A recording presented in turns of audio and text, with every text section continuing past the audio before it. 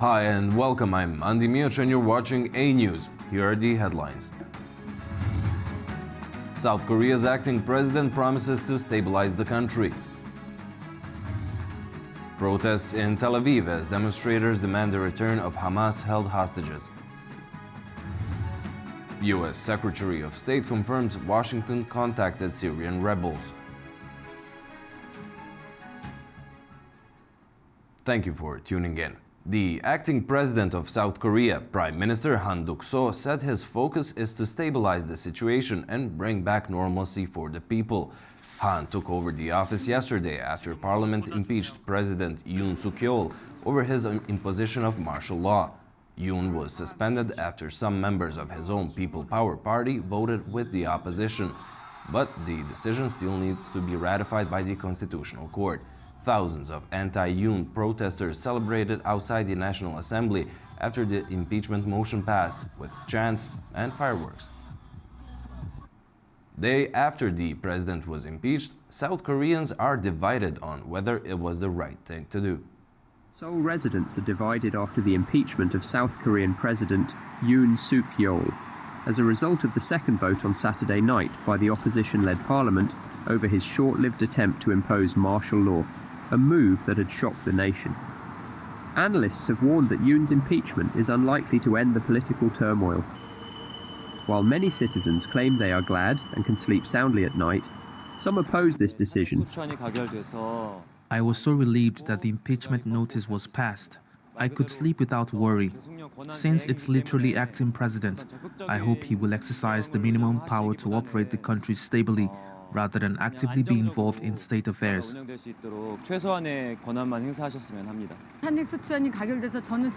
As a citizen, I'm really sad the impeachment motion was passed. I really can't stand to see the illegal lawmakers who were elected by fraudulent elections making evil laws, and now this huge opposition party is running wild on their own. South Korean president was impeached after a decision to impose a martial law, which was criticized by the opposition. After roughly 2 weeks of political crisis, Yoon Suk-yeol's impeachment made him the second conservative president in a row to be impeached. Yoon survived a first impeachment vote last weekend, when his party largely boycotted the vote, depriving parliament of a quorum. The political turmoil in South Korea sparked several anti- and pro-president protests. Protests erupted in Tel Aviv as Israelis demanded an immediate hostage deal and called for an end to the Gaza war. The latest rally showcases growing public frustration with the government's actions. Thousands of Israelis gathered in Tel Aviv, urging Prime Minister Benjamin Netanyahu to secure the release of over 250 hostages taken by Hamas during their deadly October 7th attack. Demonstrators waved flags, chanted slogans, and carried photos of loved ones still held captive in Gaza. A partial deal is a death sentence to those left behind. The people of Israel want the hostages brought back home, even at the cost of the end of the war. The protest comes 435 days since the hostages were taken. Many attendees also demanded new elections and called for Netanyahu to step down. Meanwhile, international efforts led by Egypt, Qatar and the US aim to broker a ceasefire and a hostages for prisoners exchange. This is the rally of Saturday evening, pushing for a deal, where there is a deal now on the table, and they say that perhaps it's for this month. And we hope it's true. We get another release of Hamas hostage movie, and we see that we don't know if he's alive or not, and it's demonstrated for releasing them and get the deal done as soon as possible. The war, which began with Hamas's attack, has claimed tens of thousands of lives in Gaza and left the region devastated.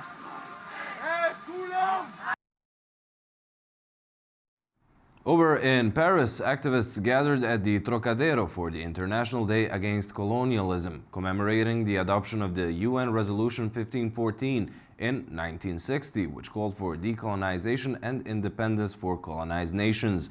The event featured speeches, banners, and flags representing Algeria, Lebanon, Western Sahara, New Caledonia, among others. Participants addressed the ongoing consequences of colonialism and the growing challenges posed by neocolonialism, such as political instability, social inequality, and economic exploitation. Organizers called for global solidarity to support regions still struggling with the legacies of colonial rule.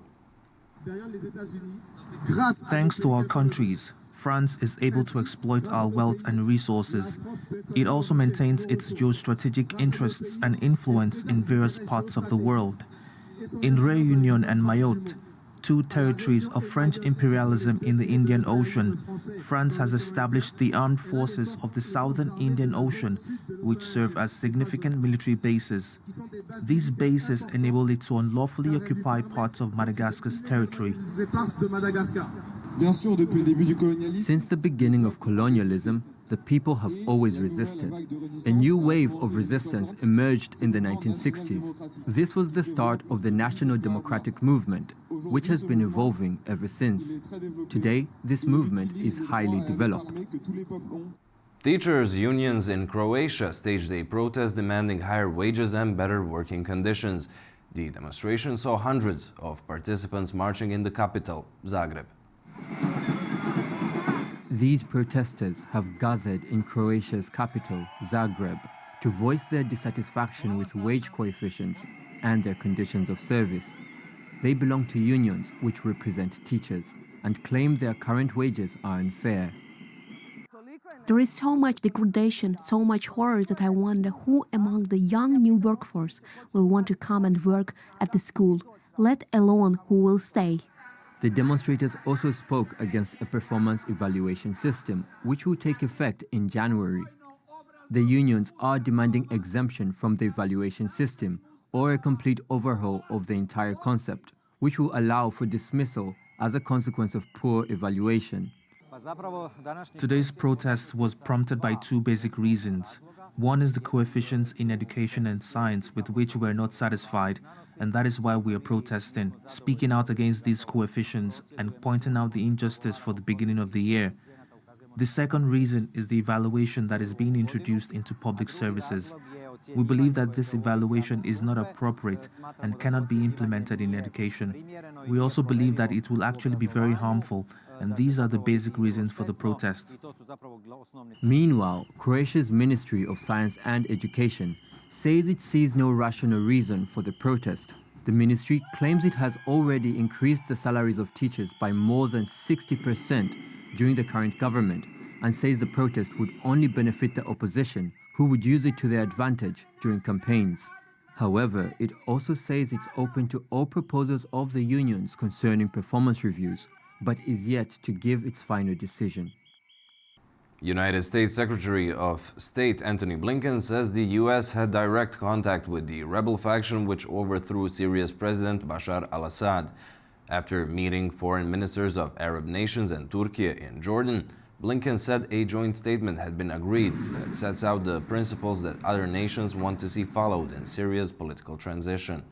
Blinken also highlighted the role of the United States in assisting Syria on its new path. Yes, we've been in contact with HTS and with other parties.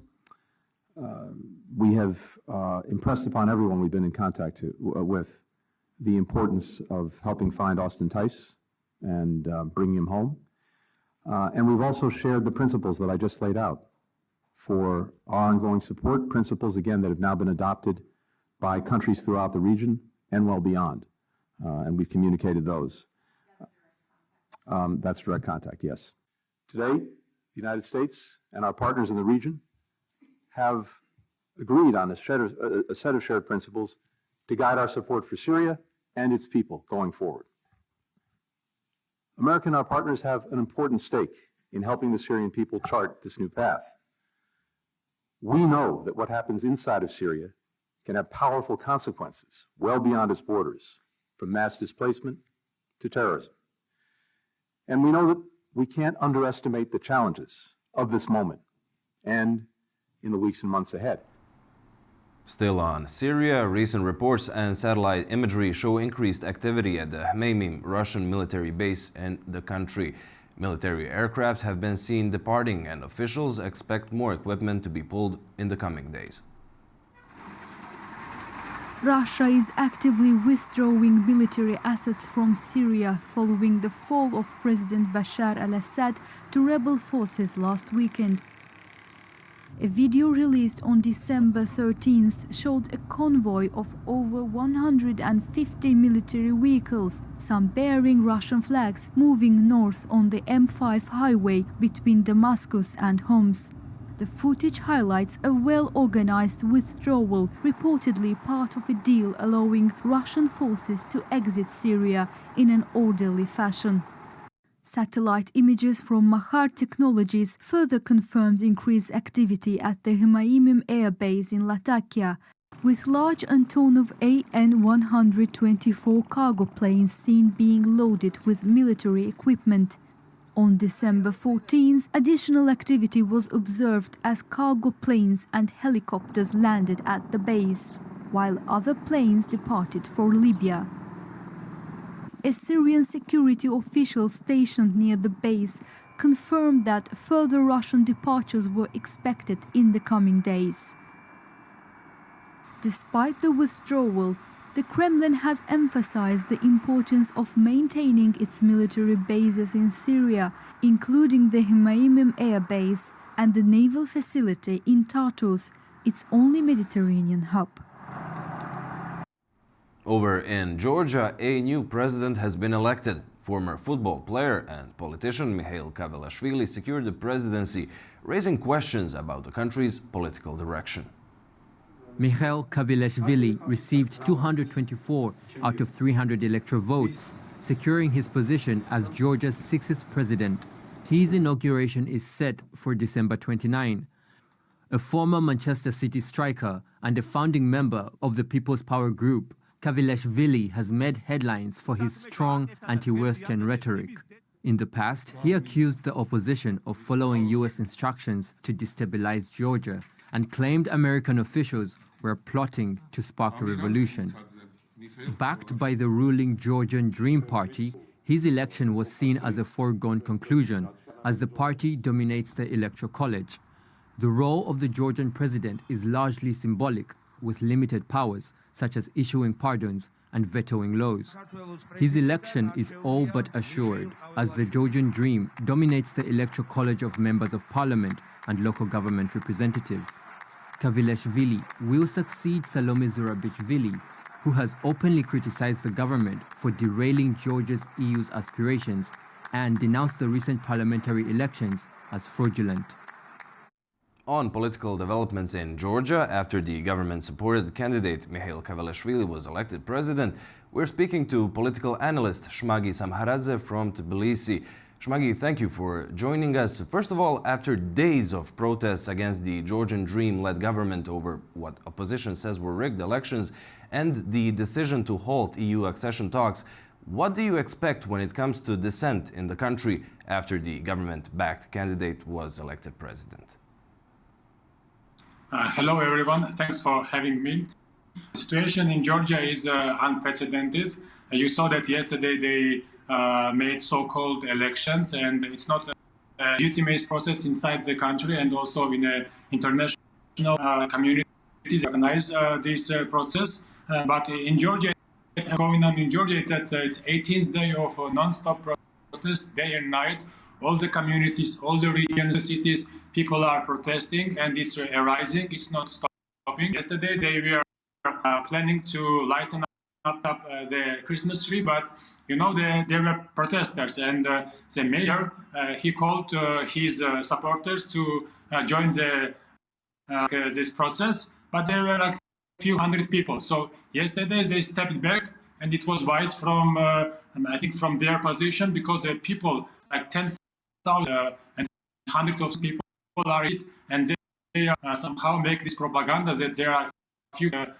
Yesterday they said that there are only 1,500 people in the street, but it's a big lie.